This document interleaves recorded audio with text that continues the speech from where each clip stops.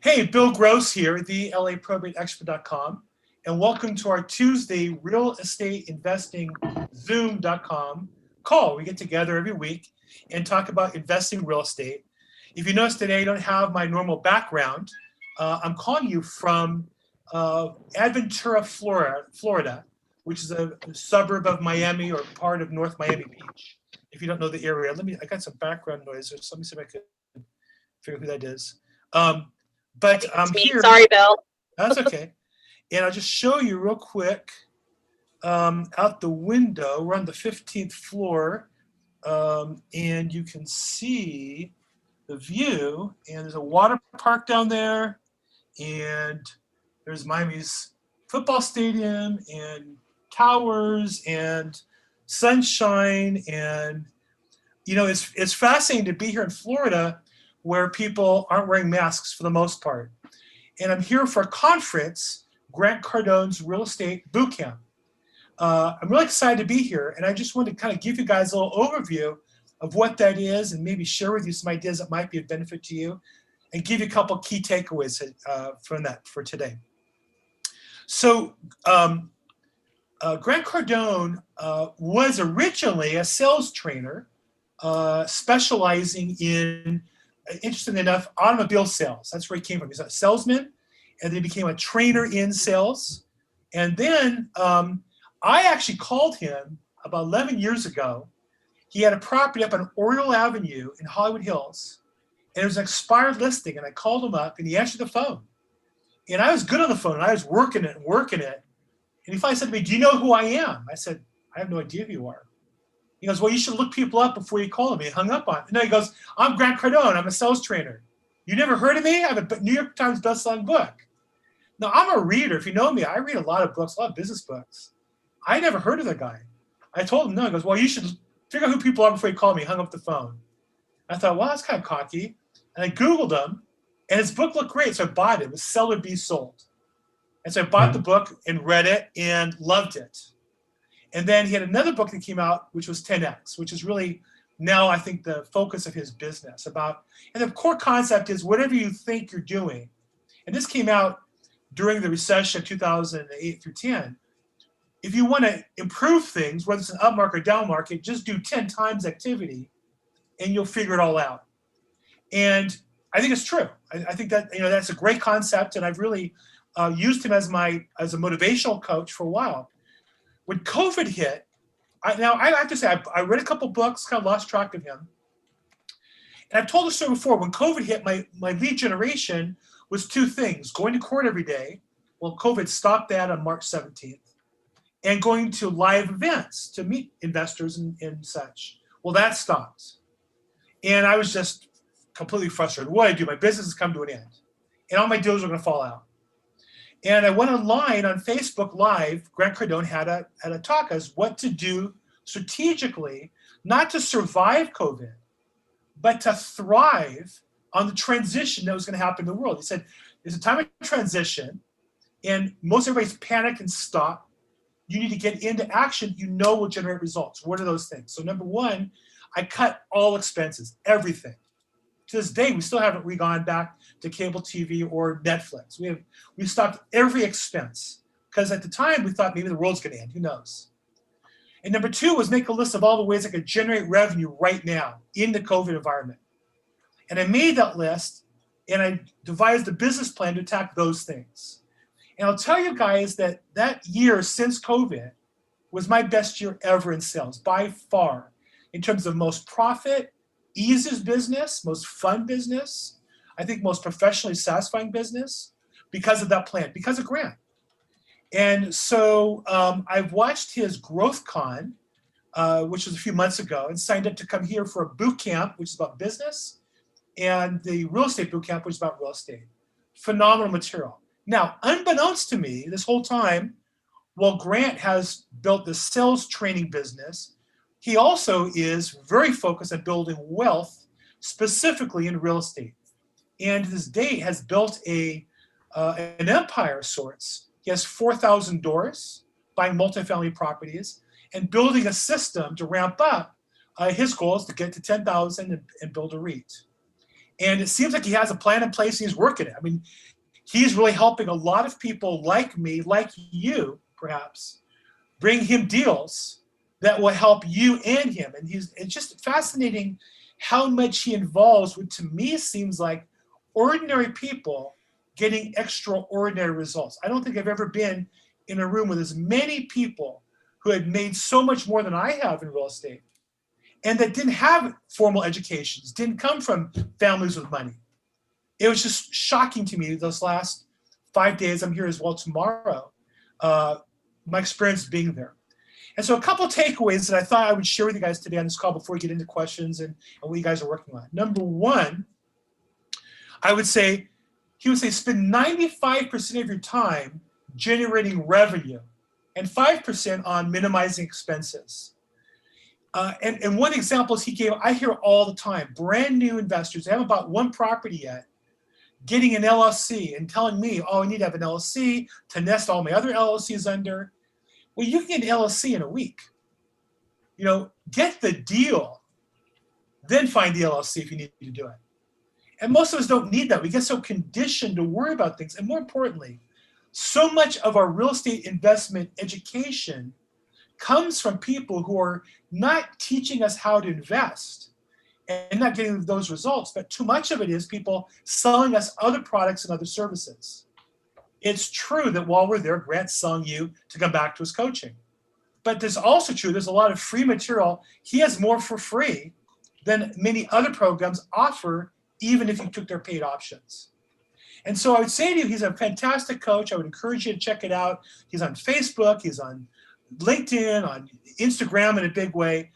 And to some degree, his style kind of put me off a bit in some regards. But understanding that I'm also a flawed human being trying to improve myself, I can see past some of those because I've had a chance, the more I've been with him this week, to really see the heart of a person that really is about helping me and me helping you and you helping yourselves increase your income, but most importantly, building wealth. And too many people go through business, whether you're a wholesaler or a real estate agent like me, too many of my colleagues go through a whole career really as a job. And we get paid commissions or profits like a wage, as opposed to building wealth. Another thing he said was, he doesn't know anybody, and I would agree with him, that put aside enough money from their business or job to create wealth. Now, I do know some manufacturers who built big businesses, but in the process, paid off real estate that created wealth, or bought big houses over time, created wealth. And the common denominator of all of them is they use real estate as a vehicle to create wealth because of its advantages. And so I'd urge you all, those who are looking to flip deals, and make sure flip deals and wholesalers and agents, and I'm in that business, but let's make sure that we have a strategy, not just to make money, but a strategy that includes us getting in on deals that end up creating wealth for us in the long run. The second thing he said, made a point of going over and over again the last few days, and something I believe I said over and over again as well, which is all that matters is the deal. We get very focused on a lot of activity, but if you're a new investor, you want to be an investor, you're a new wholesaler, you want to do more wholesaling, you're a real estate agent, all that matters is the deal. As a listing agent, all that matters are listings. That doesn't mean I don't help other people along the way, but every day I go to business, where can I find somebody who has to sell a house? I'm looking for a deal. As an investor, you're looking for deals. He put a challenge out. He said, if you really want to build a career, do what he does, underwrite 2 deals a day. He said, you should be looking at property and get at least 2 that catch your eye and run your numbers through them. And here's the numbers that he gave, the formula that you should run your deals through. He said, take the number of units times the monthly rent, and then annualize it times 12. So now you have your gross monthly income, the current rent, times 0.9, because you're going to have vacancies. Now you have the money you expect to get in a year, times 0.5. That would be your net operating income. That's a round number. Every area is a little different. So we took monthly rent times units times 12 times 0.9 to get 90%, times 0.5 to approximate the net operating income, and then divide that by the cap rate. So since in our market today, a cash buyer might accept a 4% cap rate, and you can get financing for good deals at below 4%, I'd recommend using 4%. So if you find a deal, you can evaluate it based on that number. And if it's selling for less than that, you might have a deal. And then he has this criteria for what he buys, and which also includes almost always being able to increase the rents by at least $200 a unit. And in his case, he would recommend no less than 32 units for multifamily. It was fascinating what he went through. So that was some of the highlights of his material. Obviously, I've been here for 2 days. There's another day to go. And it goes very deep. But it was fascinating to see a guy who's bought 4,000 units and climbing, to see what he does, how he does it, and his recommendations for people like us. But I will leave you the takeaway, and I'll tell you that I've done the following. I've decided to every day find 2 deals. I have a couple systems to send me a list of deals. I'm going to pick 2 and run them through that ratio every day and look at them and try to find a deal or 2 every single day, at least worthy of looking at. He says that he looks at 700 deals a year. Okay, I talked a lot there. I went through a lot. Any questions kind of on the Grant Cardone program or what I covered to start with? I have just one quick question. After you do it you multiply it by 9, which is the vacancy factor. You said divide it by 4? Times it by 0.5. Times it by 0.5 or cut it in half. Times it by 0.5. Okay. Because assuming that your expenses will be about half of the gross income as a round number. Okay. Bill, can you talk about the total? Was that basically the total current rent that you're taking, or are you taking the market rent times the number of units, and then because it would be the current rent, because you're using 0.9 to factor in the vacancy. So are you using like what you expect the market rents to be, or what their current rents are, and then just maxing it out? What their current rents are. So the building, what ends up happening, if you really think about it mathematically, is there's a couple type of sellers. One of them is going to be somebody who's had a property for a while, and they made a fortune. If you think about it, if you bought an apartment building 25 years ago, you bought a 30-unit property in West Los Angeles, you paid $400,000 for it. Today it's worth, I don't know, $5, $6, $7 million or more, right? Well, they haven't been diligent on the rents because they've made so much money already. And that is my experience. As people get older, they get a little sloppier and don't follow up on details as much. But also they've made so much, they're not squeezing out. They're not running it like a business on the upside. They're on the downside, and they know some of the tenants, and they don't really worry about it so much. Or the property management got sloppy. They hired a friend or family member to be a property manager, and that person allowed a couple people not to pay rent. The property manager maybe is having an affair with one of the tenants, lets them live there for free. Who knows? Happens all the time. I see this happening all the time. And so you're finding a deal that they always will market and say, oh yeah, the market rents are $5,000 a month. Yeah, but you're not getting that. So you can't buy it just based on the market rent. And also you have the issue of rent control. Can you get the rents up?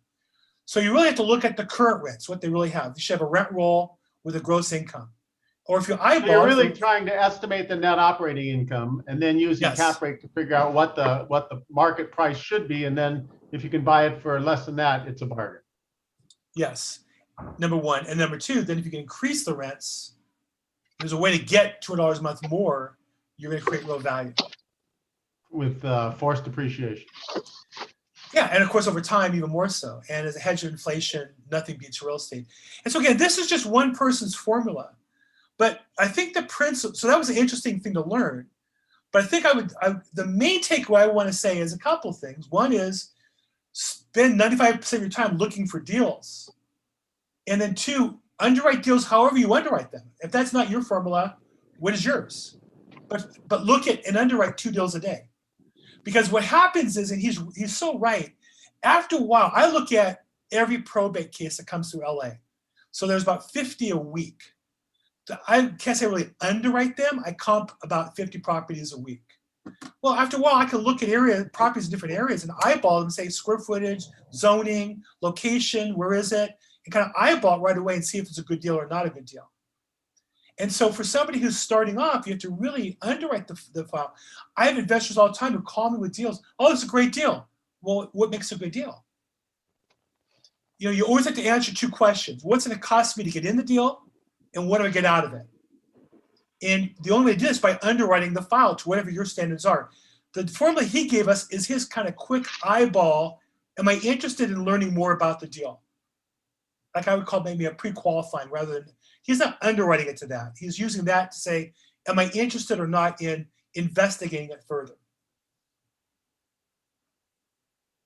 But it's fascinating. But he definitely is all about looking at deals and talking to agents about deals, talking to investors about deals, talking to owners of properties about deals. And I'd say that the thing that he says, it's funny because I didn't really learn from him about real estate until this trip. But some of the things he said, I believe I've been saying. You correct me if I'm wrong here. I've said to you guys over and over again on this call, don't worry about where you get the money from. If it's a good deal, there's more than enough money to finance your deal and get you paid. Has anybody here on this call heard me say that before? I think I say it every week. And every week. I think so. I try to, Melissa. Thank you. Don't let the lack of money be the problem. There is more money available than ever in my lifetime. And they're just printing more faster. I said that yesterday. There's more money printed today. It's just insane, the cash looking for deals. And by the way, not just in the United States, from all over the world.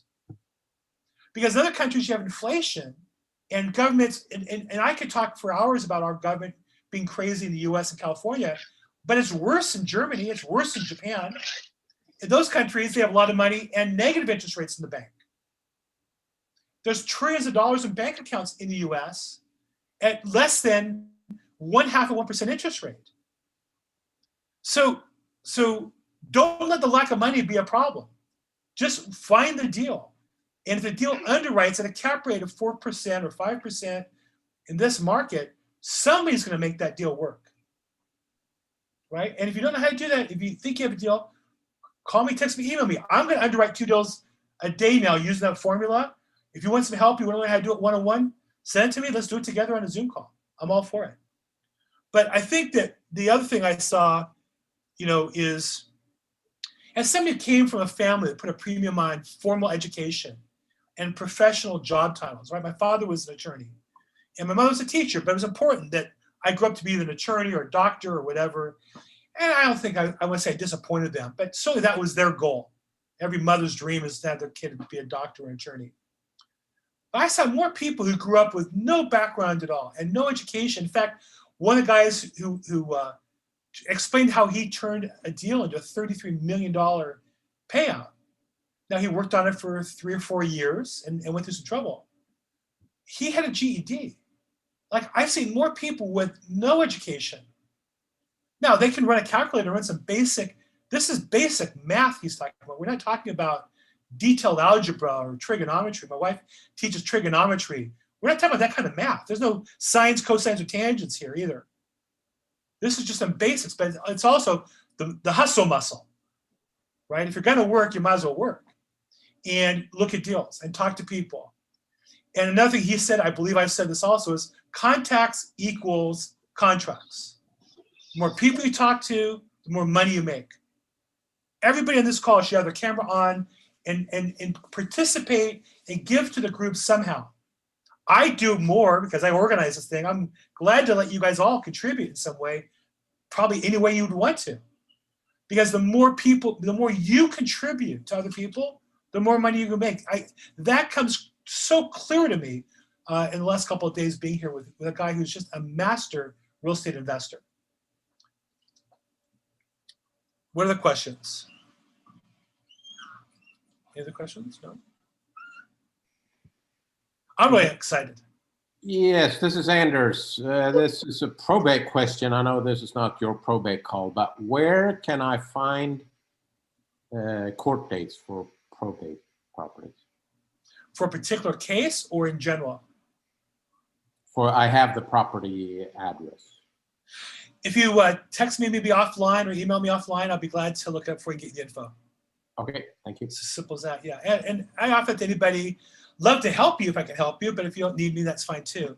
What county is it in, Anders? It's in LA. Yeah, LA County for sure, Orange County for sure, I can help you. Yep. Other counties, kind of here to miss.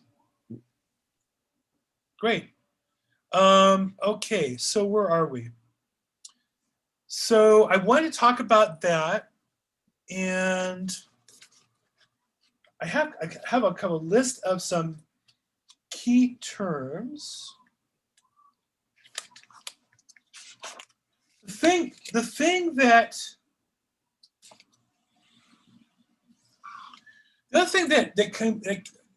I came as a big takeaway is the importance of the mindset before the money.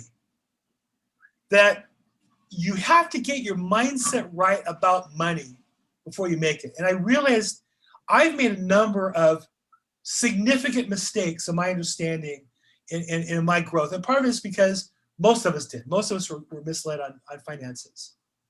So, for example, he said most people, as I said before, can't make enough money to get wealthy or make enough money to have freedom, right?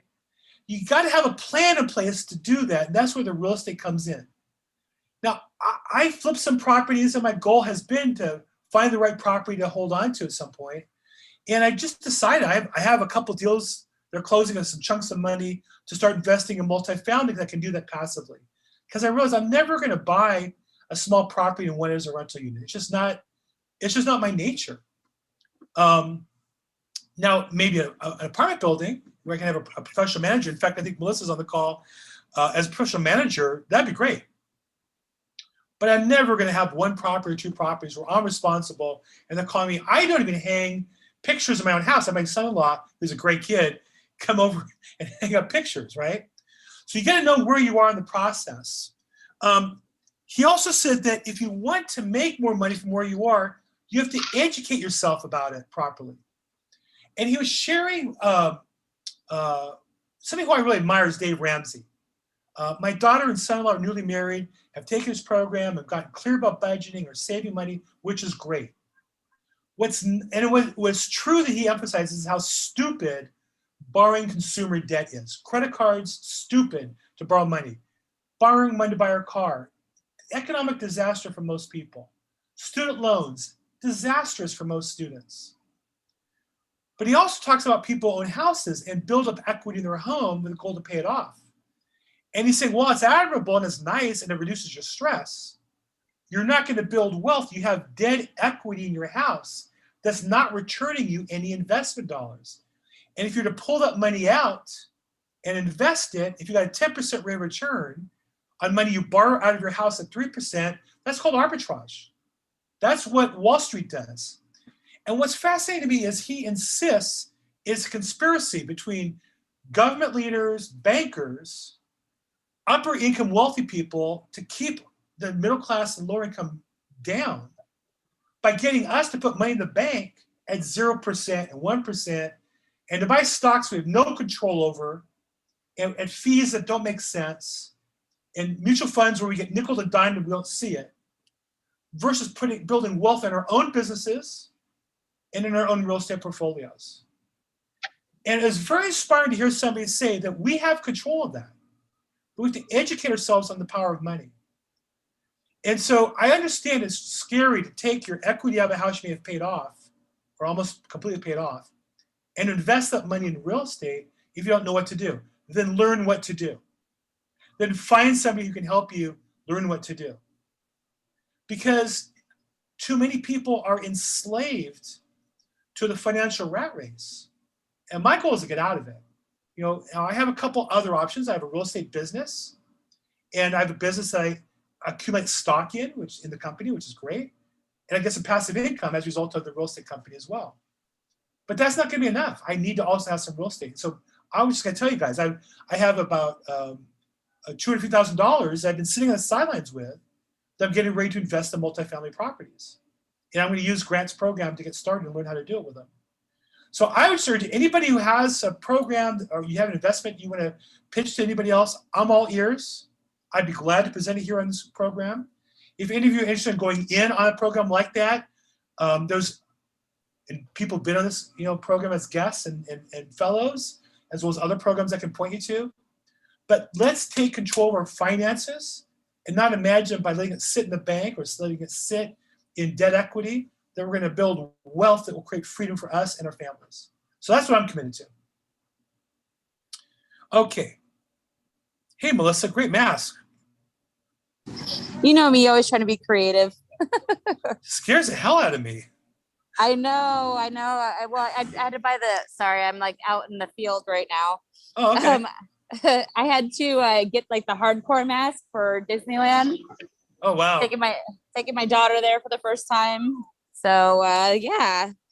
I have some good stuff to share. I did a new networking event last evening with the Investor Group. Lots of new investors that really nice people. They're wanting to buy more, and of course their complaint is, man, LA is priced out.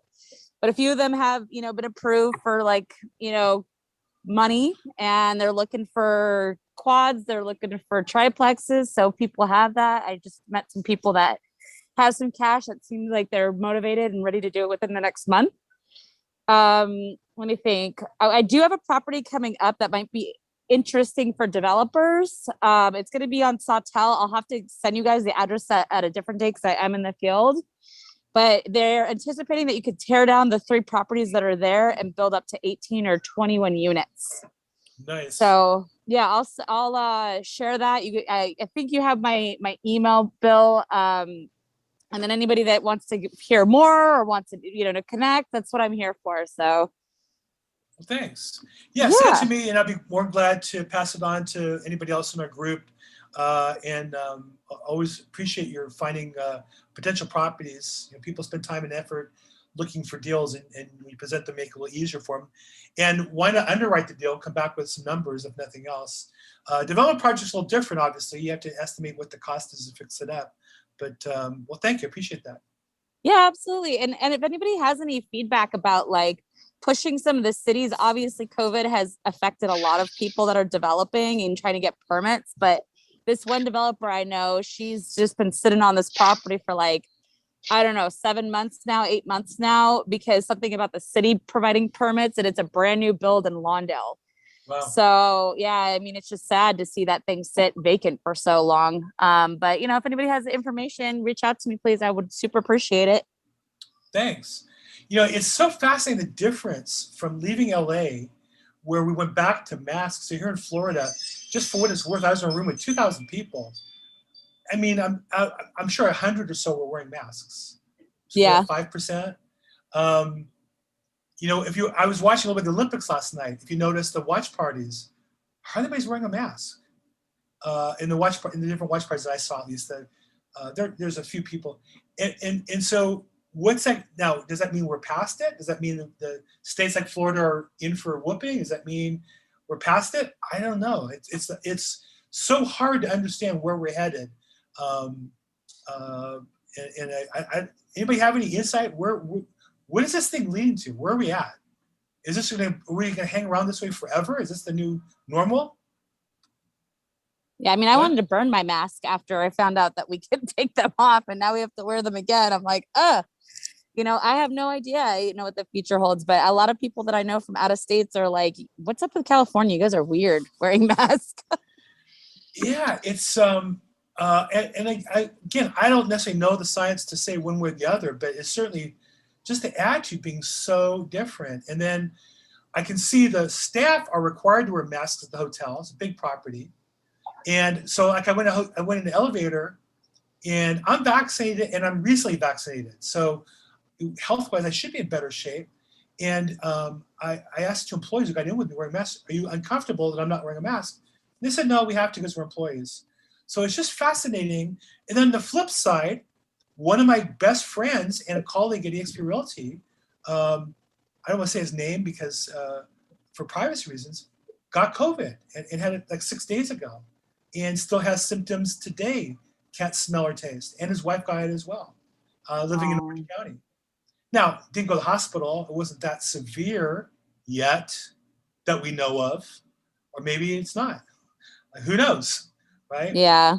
It's really hard to understand where we're headed and what effect it has on real estate.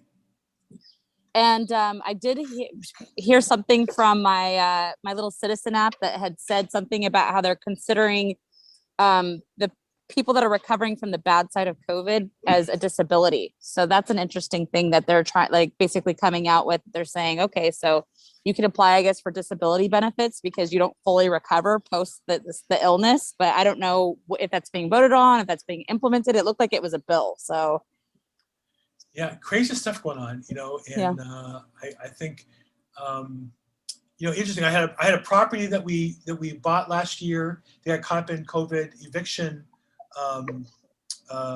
moratorium.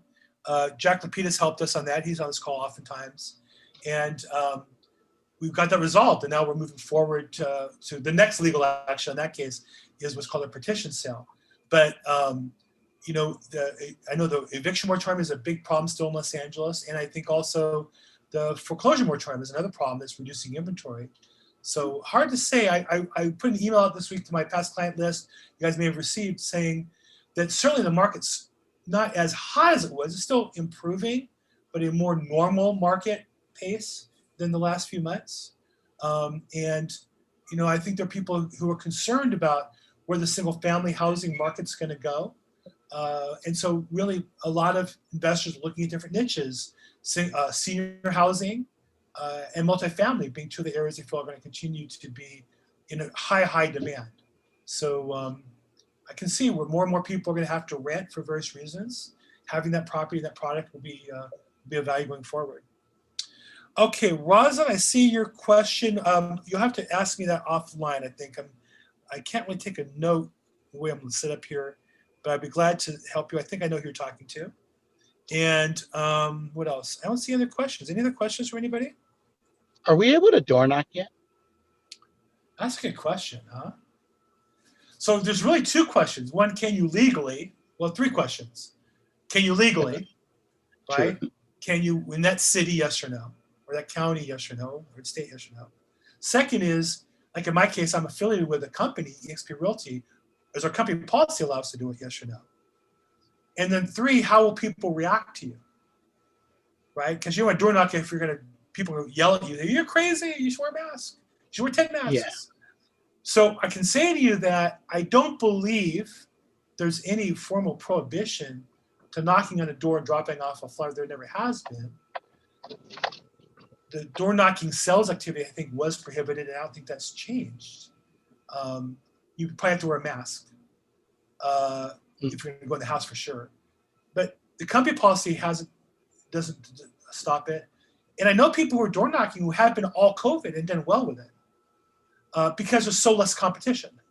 So, you know, and I'm here in this event of people who door knock for solar in Southern California. They've said they've been killing it because there's so much less door-to-door activity. And I know it's true. You know, I've worked my home office for years, and we have less people coming to our door. We have Amazon 8 times a day, but we don't have, I haven't had a realtor come by. We haven't had we get, you know, religious people come by. We get, you know, kids selling stuff.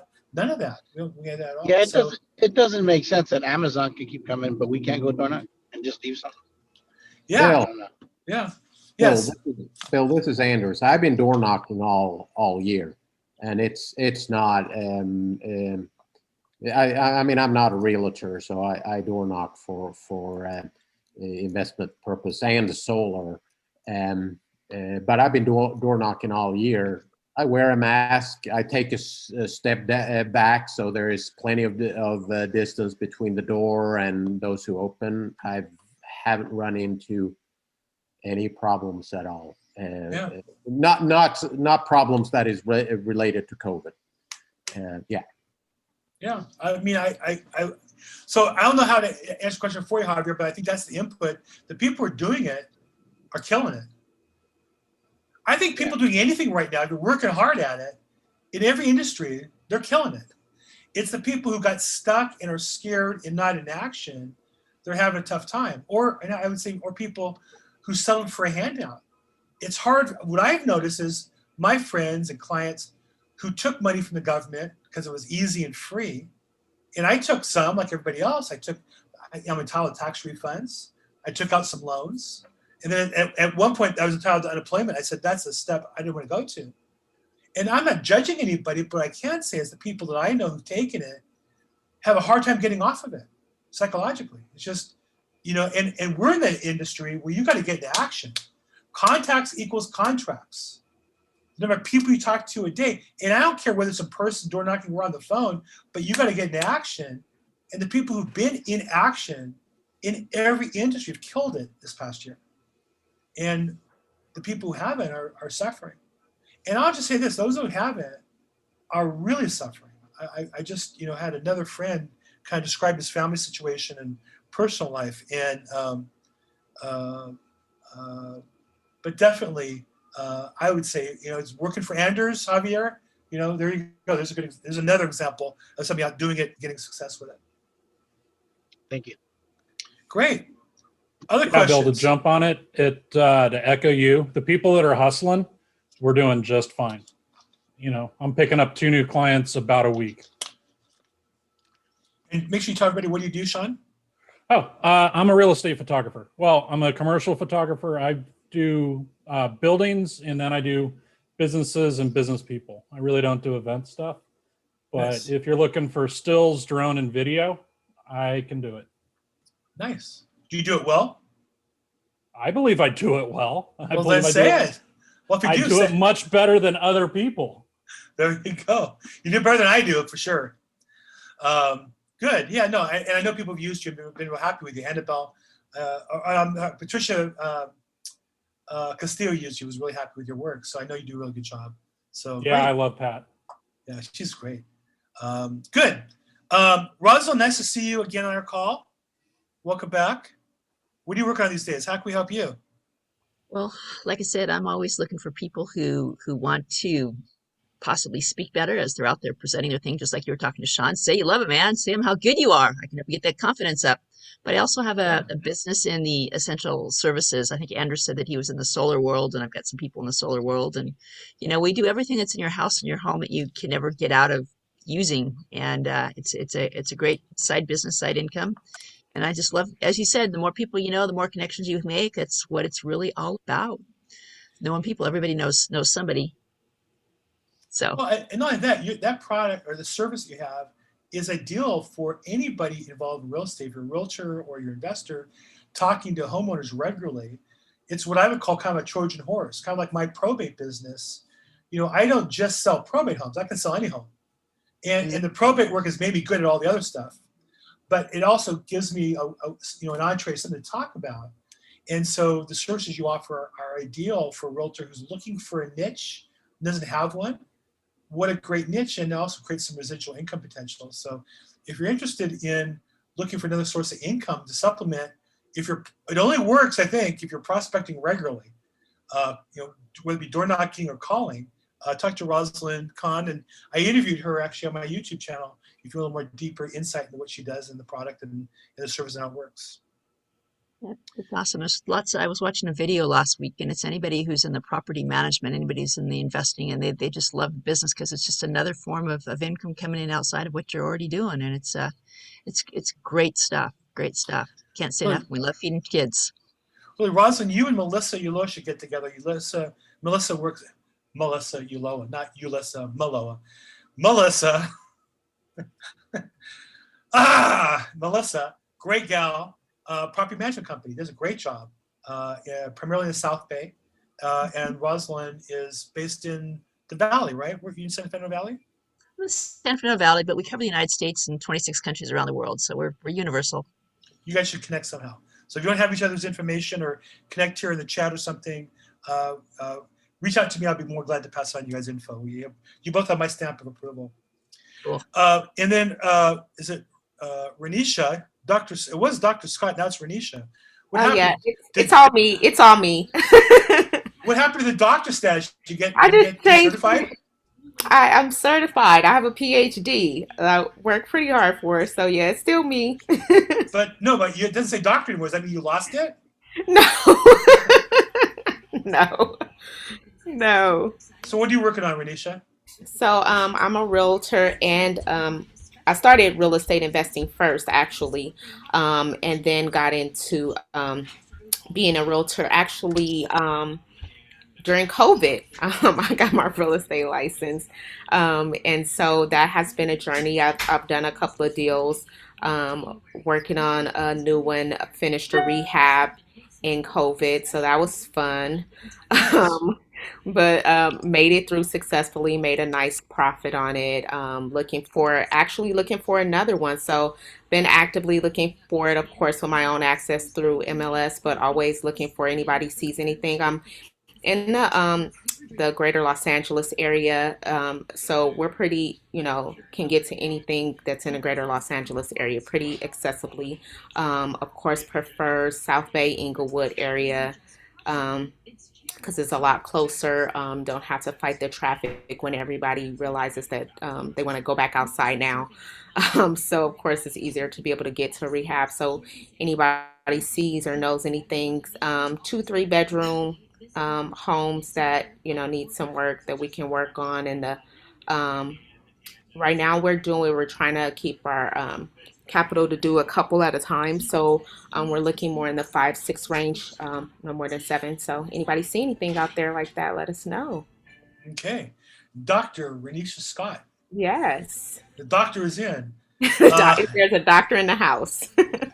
So you say that it's interesting that you say South Bay. When I talk to investors, they all say to me, "Oh, I'll buy anywhere. Anywhere there's money made, I'll go."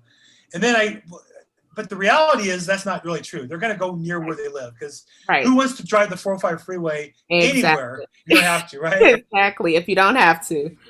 So can you share a little bit about the last project you did, just give us an idea of what you're looking for? What was it? Mhm. And what was the condition when you found it? How did you find it? And what did you do to it? And what was your exit? So we did actually it was a like a duplex, but a front and back, not a side by side. 3, 2, and 1 unit, and then actually the other unit was a 0, 1. We made it a 1, 1. Totally gutted it down to the bones. We actually got it through a family friend that we found out about the property. Whoa. I'll say that again because I always tell people you got to start with the people you already know. And everybody goes, "Oh, no, I need to do a fancy marketing program. I like to send out yellow letters. I got to go into this or that and all kinds of money to spend." Where'd you get the deal from? One more time. I'm sorry. It was a family friend, and it's Family true. friend. Interesting. Yes. And it's true because we do are like, oh, I don't want you. I don't know what that thing is. They were like, I don't want the criticism. I don't want I don't know. They don't believe in me. I don't know what it is that we are like apprehensive about that road. But we took that road and Can I translate what you just said? I Yeah. don't care about that. I want the money. Right? Exactly. Exactly. We'll get over that part of it. So we totally gutted it, got it for a really, really good deal, actually. Got it it ended up being, I think at the end of the day, it was like 366 that we ended up putting out for it. We did a rehab for 125. Well, hold on now. 360. You buy it directly from the seller? Was it off market? We actually used seller financing. So we paid them a monthly fee until we were done rehabbing and sold it. And then we paid them the remainder of the balance. Nice. And now would they get profits on the deal, or they sold it and they financed it and that's all they got out of it? Yeah, there was nothing owed on the property. So they got, it was great for them. Was the property vacant, or were they living there when you talked to them? Vacant. No, it was vacant. There you go. And were they living local, or were they out of the area? Oh no, they were local. But they were just anxious to get some cash and get the thing moving. Exactly. Didn't want to bother deal with with it. Yep. So to them, and here's I don't mean to interrupt you, but I do, I guess, since I did. But to them, it was a problem of sorts. Yes. And it looked like it was going to be a lot of work, perhaps. No, it was. I'm And saying to them, it was going to be a lot of work until they talked to you. And then all of a sudden, poof, they didn't have any work anymore. They just had to cash some checks. exactly. And they were renting it prior to, but it was just a hassle. And LA County is just not the best place to be trying to rent. And it was just, they thought that they could, like, oh, we inherited this property. It'll be great. We'll rent it out. It'll, with no experience, and it'll be wonderful. We'll do it until they get in it. And I'm like, oh, wait, no, we won't really. And they didn't have a Melissa. So they just were kind of on their own trying to make it happen. And it was a disaster. So yes, we definitely came in and solved that problem for them.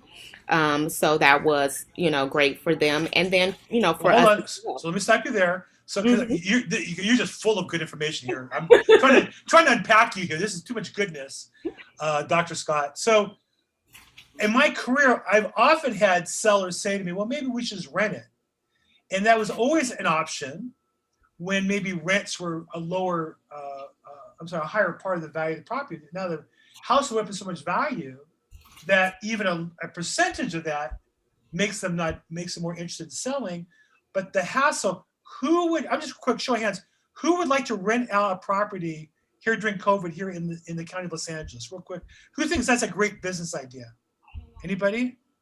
Yeah. So you're now taking this problem of, oh my gosh, this renting is a nightmare, and you're going to solve the problem for them. So go ahead. So then you decide you have control of the property, and what do you do with it? So we took out a rehab loan just for the rehab portion because it was already covering the cost. So we did that. Had been in touch with the contractor from a previous project that we had done, and gave them a scope of work, went over, everything. It took us longer, of course, because it was COVID than we would have anticipated or would have liked to happen, because right when we were getting ready to close for the rehab loan is when they shut down LA, literally the week of.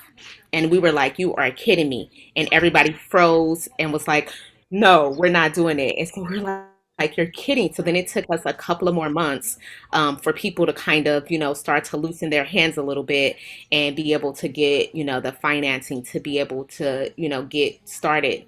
So we did that. Took us Real about. quick, let's stop there 1 second. Who would have loved to listen to that phone call when Renisha found out that they were going to approve that permit right away? Who thinks that would be entertaining to listen to? I think that would be a lot of fun.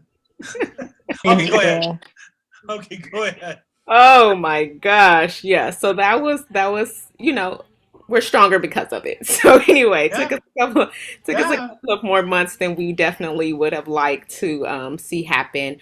And even once we started the project, that even took us a little bit longer than we would have liked. It was a total gut. It was 2 units. We knew that it was going to take us a few months to do it. It probably took us an extra 6 weeks to 8 weeks to get it completed, just because then it started to be an issue with materials, because nobody's working in factories, and then you can't get this. So it took us a lot longer than we would have liked to have done it.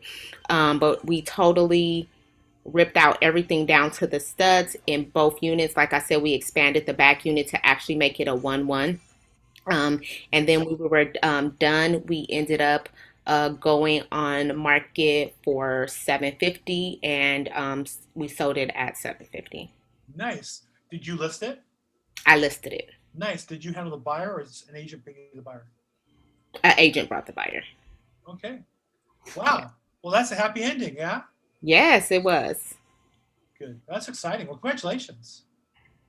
And is this the first project of this scope that you've done? The first time we've done a 2-unit project. We generally just do a 1-unit project. So that was definitely a new twist for us.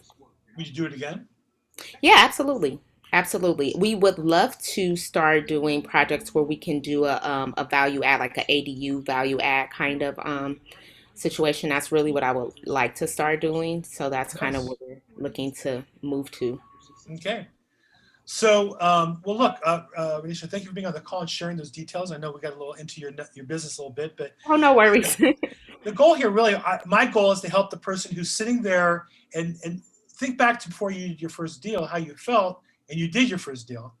The only way to learn is by doing it. The way you learned to do a duplex was you just did one. The only way you learned to build something down the studs is to do it. And and congratulations, and keep moving. But definitely, it's all about getting into action and doing the work and rolling up your sleeves. Anybody besides me have questions for Anisha? I'm sorry, Dr. Scott. Anybody have any questions for about that? I really appreciate you going into detail and sharing with us. Oh, no worries. Okay. Well, okay, so it's about that time, so we're going to wrap up today. Thank you very much, Renisha, for sharing that. Javier, thanks for being on the call. And Melissa, always great seeing you and appreciate your contribution. If you send me that property, I'll send it out in our notes. And Rosalind and Professor Cashwell Gary, always great to see you. Anders, thanks for your contribution. Sean, thanks for being on. Again, I tell everybody, the more you participate, the more you give to other people, the more you get back. That's just how it works. And so my goal in these calls is for them to be interactive, for us to work together, help each other, push each other, celebrate those victories, help us each other avoid the problems that are inevitably going to happen on this. I do the call every Tuesday at 3 p.m. Pacific time, 6 p.m. Eastern. Like today, we're at Eastern time. We'll have a guest speaker next week I'm excited to have on board. If you have any questions, call me, text me, or email me. We also record these on YouTube and we send the link out after the call. Thank you very much for being on the call, and make this week your best week ever. Thanks so much, everybody.